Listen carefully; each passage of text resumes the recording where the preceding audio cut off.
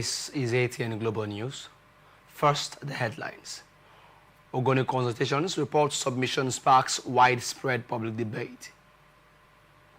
Court dismisses Nnamdi Kanu's no-case submission trial. Tinubu praises Adebisi Yusuf's service on birthday.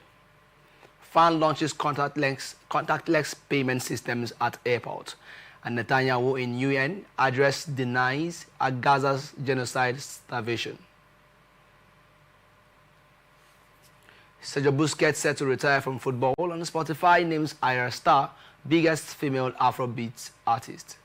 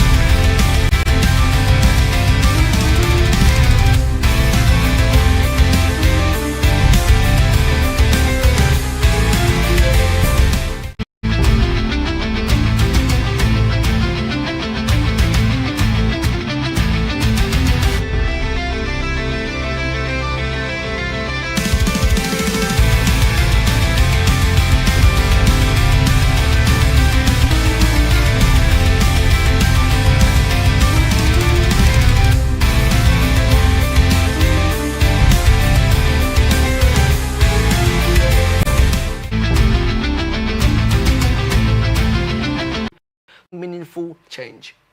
Meanwhile, the president of the movement for the survival of the Ogoni people, Fegalo Nsuke, told our correspondent Mabel Akata that the report is not accepted by the people, insisting that the Ogoni community was not carried along in the process. He also warned that oil exploration threatens peace in Ogoni land, stressing that the process reflects the interests of one party. Nsuke called on the federal government to engage the people directly in open discussions. Although details of the report have not been made public, the presidency has assured that it will carefully study the recommendations before outlining the next action. Governor Umar Eno of Akwa Ibom State has said his decision to leave the People's Democratic Party and openly support President Bola Tinubu was based on conviction and honesty. AT reports that Umar Eno officially defected from the PDP to the APC in June 2025. His defection was marked by a formal ceremony at the Government House in Uyo, where APC leaders welcomed him into the party. Eno said he has assumed leadership of the APC structure in Akwa Ibom. He claimed the baton was handed to him by Senate President Godswill Akpabio during an APC stakeholders meeting. He described the change in power as a measure, not an acquisition, and called on party members from ward levels up to embrace unity and work together for the party's growth. Speaking in an interview, Eno said everyone has their conviction and what they live for, and that he's convinced beyond any doubt that President Tinubu is doing well. The governor explained that it took him several months to justify his decision to the people of Akwa Ibom. He acknowledged Akwa Ibom's long history as a PDP stronghold and expressed gratitude to the platform that brought him to power, but insisted the constitution allows freedom of association. Eno praised Tinubu's economic reforms, especially subsidy removal and changes in the power sector.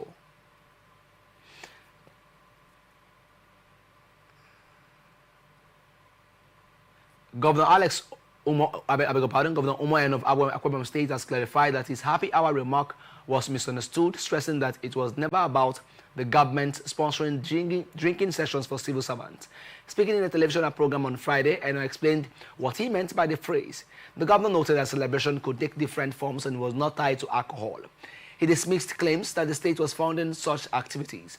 When asked about reports that his administration allegedly spent 18 billion naira on happy hour, Eno expressed shock. Eno's clarification comes months after his happy hour campaign pledge sparked widespread debate during the 2023 governorship election. The controversy resurfaced following online claims that his administration had budgeted billions for the initiative, allegations the governor had transferred to the monitoring unit, state command headquarters for discreet investigation. Olusola further stated that the course of proceedings, the matter was charged before the family magistrate court, leading to the remand of the child's mother, one Nneka Ona female, alongside Sunday Happiness female, at the Ondo Correctional Center before they were later granted bail. Former Oyo State Governor Oba Rashidi Ladoja has ascended the throne as the 44th Olubadan of Ibadan land. The traditional crowning took place at the Ose Meji Temple in Ibadan Southeast local government area after Ladoja earlier received a symbolic Akoko leaf at the Labonshide compound or Jawaba. A10 gathered at marking the interrupted his annual vacation on Thursday to personally witness the historic event, which drew prominent figures including Benga Daniel and other dignitaries amid heavy security. Ladoja's elevation follows the death of the 43rd Olubadan, Oba Owalabi Olakulehin, who passed away on July 7, 2025. Further updates on the coronation are expected. Oyo State Governor Seyi Makinde has formally presented the staff and certificate of office to Oba Rashidi Ladoja, officially confirming him as the 44th Olubadan of Ibadan land. The presentation took place at exactly 3:05 p.m. on Friday during a colorful and historic coronation ceremony held at Mapo Hall, Ibadan. The coronation held at Mapo Hall was attended by notable dignitaries including President Bola Tinubu, further highlighting the cultural and political importance of the event. Makinde's formal presentation of the staff and certificate of office marks the final step in legitimizing Ladoja's ascension to the throne, symbolizing both tradition and continuity in Ibadan's monarchy. This coronation is especially notable as it brings a former state governor into a revered royal role, emerging political experience with traditional leadership at a time when community influence and governance are increasingly intertwined. Kwara State Police Command has announced the rescue of 7 villagers who were kidnapped on Tuesday morning in Motogun, Patigi local government area of the state. The victims were rescued on Wednesday during a joint security operation in a forest near Owa Onire. The State Police Public Relations Officer Adetong Ejire Adeyemi stated that the operation was led by a security operative of the Office of the National Security Advisor in conjunction with police officers and local volunteers. Adetong noted that one vigilante was shot and injured in the engagement, but he was stabilized and receiving treatment. Among those rescued were Adam Kadijat, 23, Mahmoud Miriam, 24, Mumini Ahmed, 17, and Hamadu Haruna, 44. Afusatu Alhaji Ladan and a baby boy, Usman Ladan, aged 9 months, and Abibat Umaru, 16. In the kidnappers' camp, 3 motorcycles and 9 empty AK-47 magazines were recovered. All the victims have been debriefed and reunited with their families. Commanding the operation, the Commissioner of Police, Kwara State Command, Adekimi Ojo, praised the gallantry of the joint team and pledged continued aggressive onslaught against criminal enclaves across the state. The command urged the residents to stay calm, remain vigilant, and share credible information to support ongoing operations.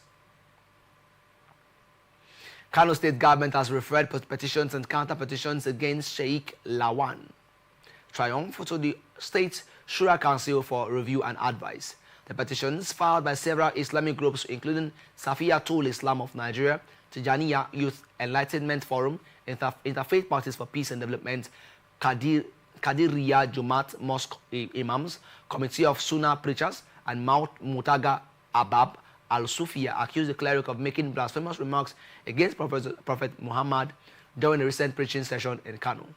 In a statement on Friday, Press Secretary to the State Government, Musa Tanko, said Governor Abba Kabe Yusuf directed that the matter be referred to the Shura Council for consideration. The Secretary to the State Government, Umar Farouk Ibrahim, appealed for calm and urged the residents to continue their daily activities peacefully. Some petitioners stressed the need to safeguard religious harmony. A spokesperson for the Committee of Sunnah Preachers said their concern was to protect the sanctity of the Prophet's name. While Safiyatul Islam of Nigeria noted that freedom of speech must be exercised within the bounds of respect for faith and values. The Shura Council, a respected body known for religious mediation, is expected to advise the government on a resolution. Borno State Governor Babangana Zulum has directed chairmen of all 27 local government areas to scale up awareness campaign on routine immunization in between rounds and integrated measles campaign. He also requested the traditional rulers to continue to sensitize their subjects on the importance of immunization, particularly on polio and other preventable diseases. The governor gave the directive during a strategic meeting and update on primary health care activities with traditional rulers under the leadership of Shehu of Borno, Chairman Association of Local Government of Nigeria, and development partners at the Government House, Maiduguri. Governor Zulum expressed commitment of his administration to partner with relevant stakeholders with a view to ensuring effective delivery of routine immunization and other services to be rendered by the primary health care centers across the state. The governor also assured that adequate security will be provided to ensure immunization coverage in hard-to-reach areas. Borno State government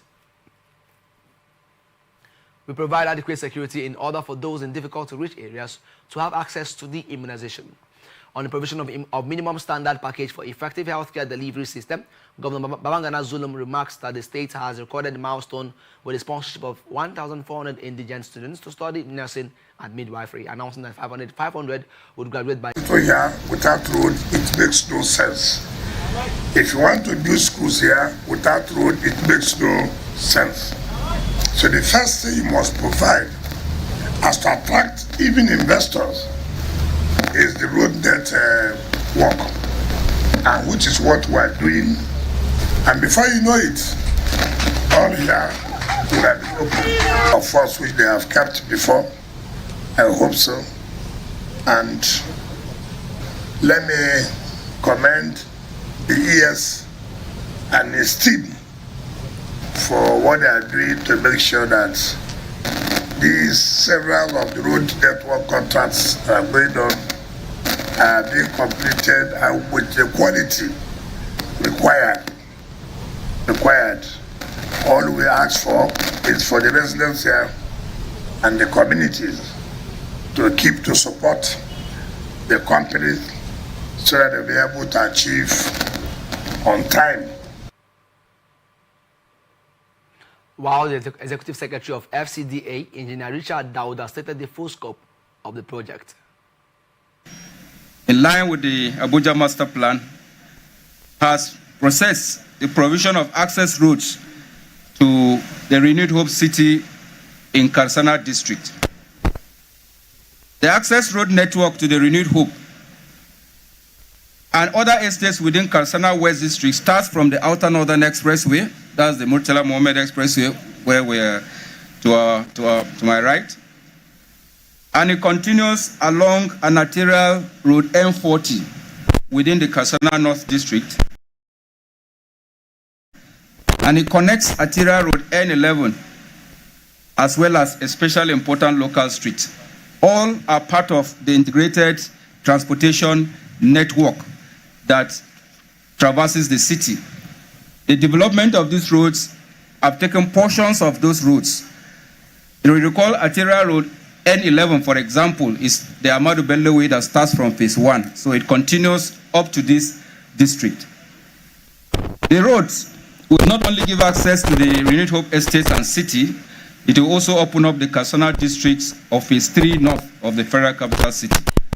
The project was approved by the Federal Executive Council for award to Messrs. Lubric Construction Company Limited in March 2025, and is expected to be completed within 18 months from commencement.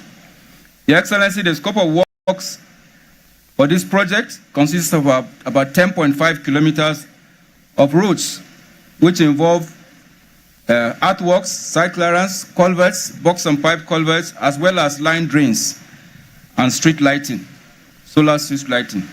Your Excellency, during the construction of this project, job opportunities will be created, both direct and indirect.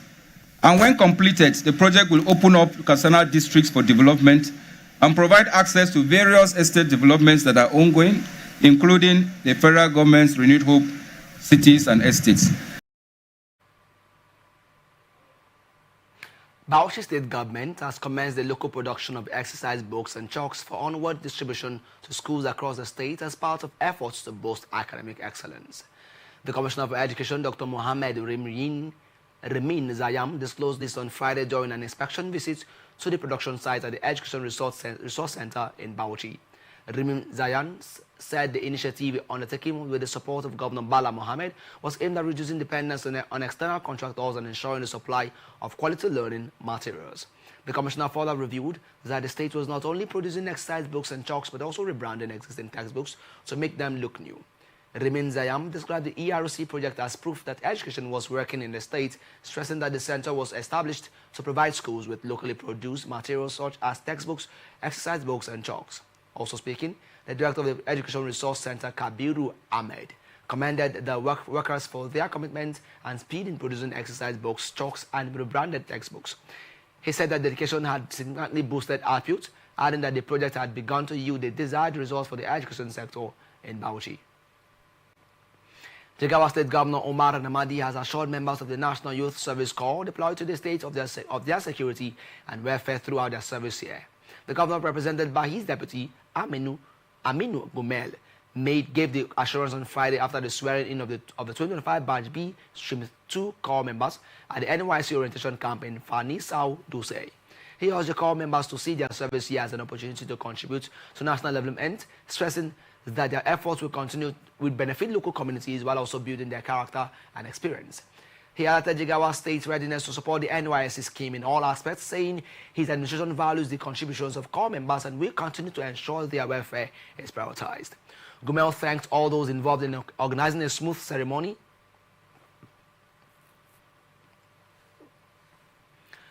and reiterated the government's resolve to maintain a secure environment for all Corps members throughout their service period.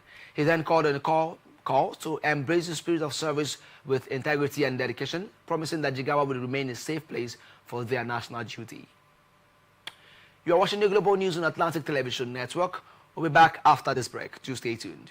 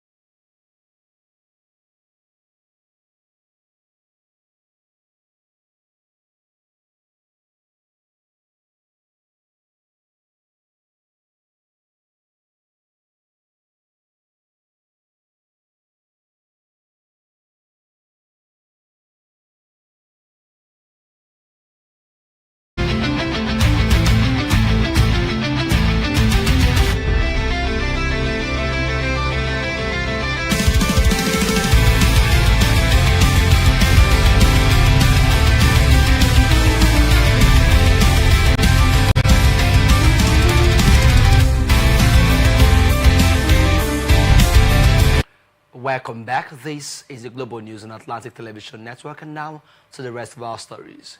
President Bola Tinubu has paid glowing tributes to former lawmaker Adebisi Yusuf on the occasion of his birthday, describing him as a people's leader, humanitarian and steadfast ally in the pursuit of good governance. The president conveyed his congratulations through a statement signed by his special advisor on information and strategy, Bayo Onanuga. Tinubu commended Yusuf's leadership of the All Progressives Congress in Ali Mosho local government area, stressing that his efforts have strengthened the party and supported the implementation of a renewed hope agenda aimed at transforming lives at the grassroots. The president also highlighted Yusuf's 12-year tenure as a member of the Lagos State House of Assembly, where he represented Ali Mosho Constituency 1 between 2011 and 2023, as well as his service as chairman of Ikpaja Ayoba Local Council Development Area. During his time in the Lagos Assembly, Yusuf chaired several committees, including those on public accounts, local and commerce, leaving the mark of excellence in legislative oversight. Tinubu further acknowledged as Yusuf's humanitarian contributions through the Prince Hope Turns to Reality Foundation, which has provided healthcare and empowerment to vulnerable people in Ali Mosho. The president wished him many more years of good health, wisdom and strength to continue serving his community and the nation beyond. Federal government has directed all ministries, departments and agencies as well as military and paramilitary organizations to commence mandatory verification of staff academic certificates starting October 6, 2025. The directive follows rising concerns over the decline in educational standards and the spread of fake certificates across the country as part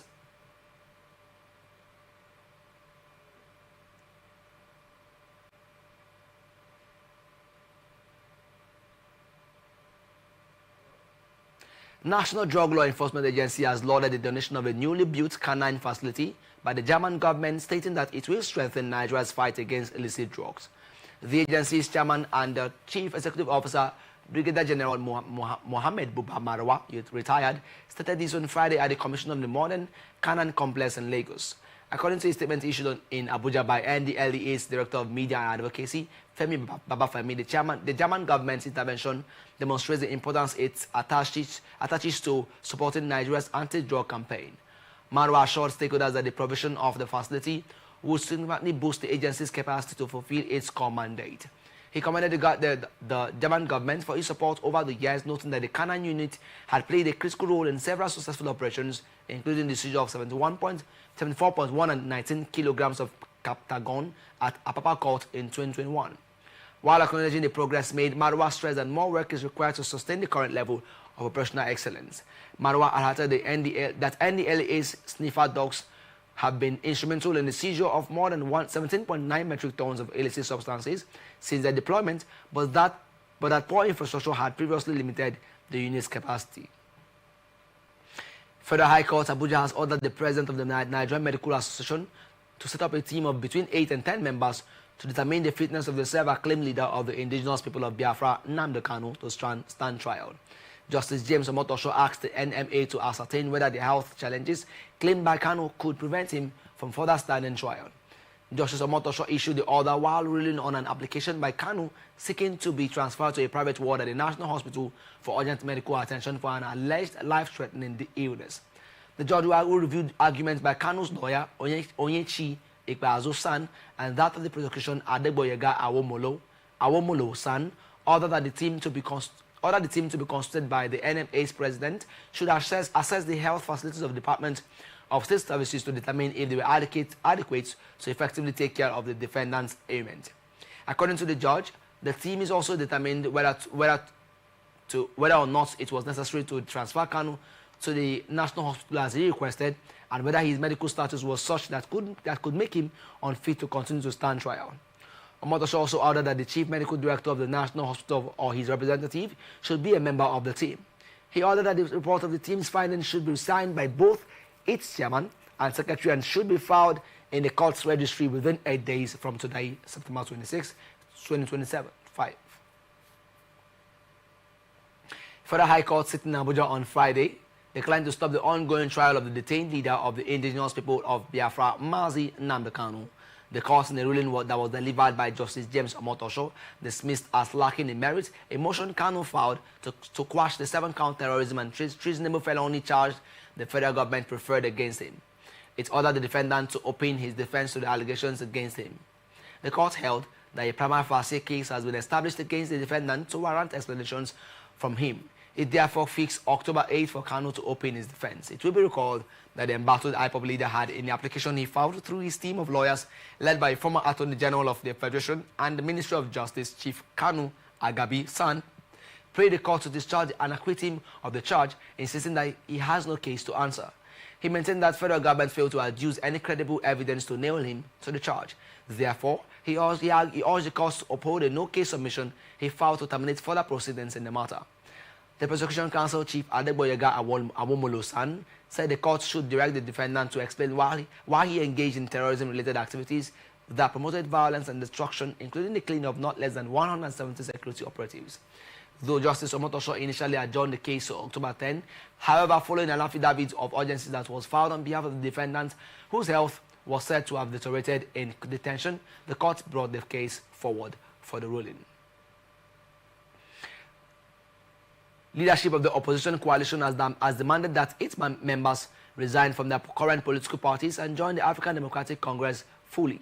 although it gave no specific deadline for the transition. The National Publicity Secretary of the ADC, Bolaji Abdullahi, said this in Abuja on Thursday, following a caucus meeting that included senior party leaders and prominent political figures. The All Progressives Congress and the People's Democratic Party have dismissed a directive by the African Democratic Congress directing prospective members in other parties to come to the ADC ahead of the 2027 general election. The APC and PDP said the move by the coalition posed no threat and would have no impact on them. Since the ADC was introduced in July 2nd as a coalition platform to challenge President Bola Tinubu in 2027 election, a few opposition leaders have switched parties to join it. However, most have yet to formally leave their existing parties. For instance, former Vice President Atiku Abubakar left the People's Democratic Party but has not officially joined the ADC. Similarly, Peter Obi, Labour Party's 2023 presidential candidate, and several others continue to remain in their respective parties despite associating themselves with the coalition. Abdullahi also stated that all matters related to the African Democratic Association have now been resolved. He also mentioned that the National Working Committee will soon release the schedule for primary elections in Osun and Ekiti State in preparation for the upcoming off-cycle governorship polls. Former governor of Kano State and national leader of the New Nigeria People's Party, Senator Rabiu Kwankwaso, has firmly denied claims that he submitted a letter of intent to join the ruling All Progressives Congress. He said this in a swift rebuttal to reports of his imminent defection to the APC. This comes amidst rising political chatter early Friday morning, suggesting that the former defense minister had made formal overtures to the APC and had already begun talks with the party's national chairman behind closed doors. In a statement personally signed and released through his media ISIM on Friday, Kwankwaso refuted the claims, describing them as online statements lacking credibility or foundation. The development has triggered fresh speculation within political circles, especially as the 2027 general elections begin to cast long shadows across the country's volatile political landscape.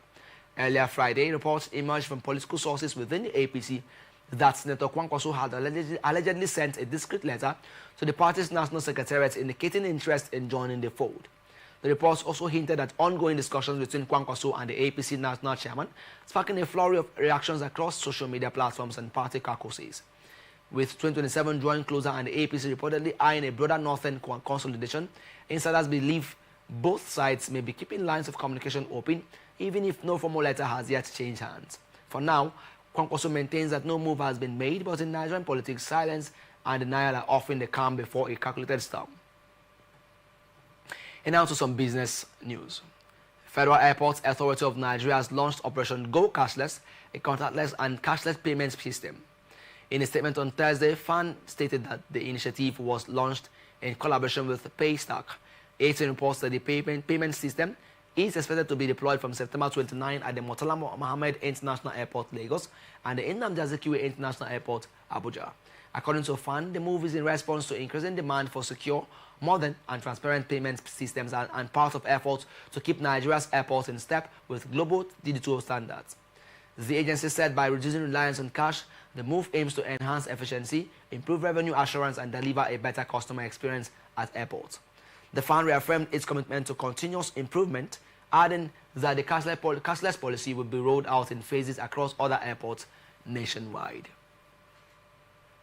National Association of Nigerian Students on Friday warned that any attempt to undermine the operations of the Dangote refinery by the National Union of Petroleum and Natural Gas Workers will be resisted by the country's youths. NAN's national president, Olushola Oladoja, in a statement issued in Abuja, said the project represents the collective destiny of over 200 million Nigerians.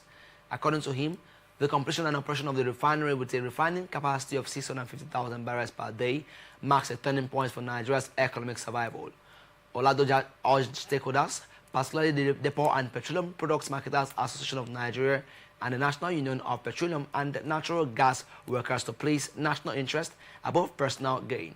He stressed that Nigerian students would resist any cartel, group or institution, domestic or foreign, that attempts to frustrate the project. The NAN's leader commended Aliko Dangote for what he described as unmatched patriotism, saying his decision to invest massively in Nigeria rather than abroad was proof of his love for the country. Oladoja noted that the refinery would not only create jobs but also sustain the economy for generations. The Pengassan and Dangote have been engrossed in a series of industrial face-offs in recent times. The recent flare-up was ignited by an alleged breach of an agreement. Petroleum and Natural Gas Senior Staff Association of Nigeria has alleged that Nigerian workers at the Dangote Petroleum Refinery and Petrochemicals were dismissed shortly after joining the union, accusing management of intimidation and violation of constitutional rights. In a statement signed by branch chairman Abdul Fatai Mohammed and branch secretary S.O. Gane Joyce and seen by newsmen on Friday, Pengassan said these events unfolded within 24 hours of the staff unionizing. The union noted that following the formation of the caretaker committee of the branch executive council and the submission of the first batch of unionized members list to management on September 25, 2025, management circulated a list to verify voluntary union membership. Pengassan further all alleged that intimidation began on the evening of the same day when staff buses were withdrawn, forcing workers to pay up to 4,000 naira for transportation to attend work. The union added that between 6:30 p.m. and 7 p.m., Nigerian staff who had joined Pengassan were denied entry into the refinery premises, while expatriate staff were allowed access. The union also claimed that security operatives were ordered to arrest and detain 8 caretaker committee chairmen, describing these as an attempt to intimidate labor leaders. It argued that these actions violated Section 40 of the 1999 Constitution of Nigeria, which guarantees the right to freely assemble and associate. However, Dangote Industries has denied any mass sack, insisting that a reorganization was underway in response to alleged sabotage in some refinery units. A senior company official told newsmen that both Nigerian and expatriate staff remain employed and that the reorganization affects certain individuals due to specific discoveries, stressing that it is unrelated to union activities. Electricity workers under the umbrella of the National Union of Electricity Employees and Senior Staff Association of Electricity and Allied Companies have suspended the industrial action that commenced on Thursday. The suspension was announced in the Memorandum of Understanding the union signed with the Minister of Power, Chief Adebayo Adelabu, Transmission Company of Nigeria, and the Nigerian Independent System Operator in Nigeria. The MOU said based on the above, the union agreed to suspend their action to allow these resolutions to be activated. It's recalled that following the ultimatum issued by the in-house unions to see TCN management on various labor issues, which elapsed on Monday, 23 September 2025, the Minister of Power, represented by the Director of Distribution Services and Director, Planning, Research and Statistics of the Federal Ministry of Power, took steps to apprehend the picketing exercise embarked on by the unions. The MOU said after extensive discussions, the following agreements were reached. The unions honored the minister's request to look at the committee's report by 6th and 7th October 2025 for the consideration of the implementation for the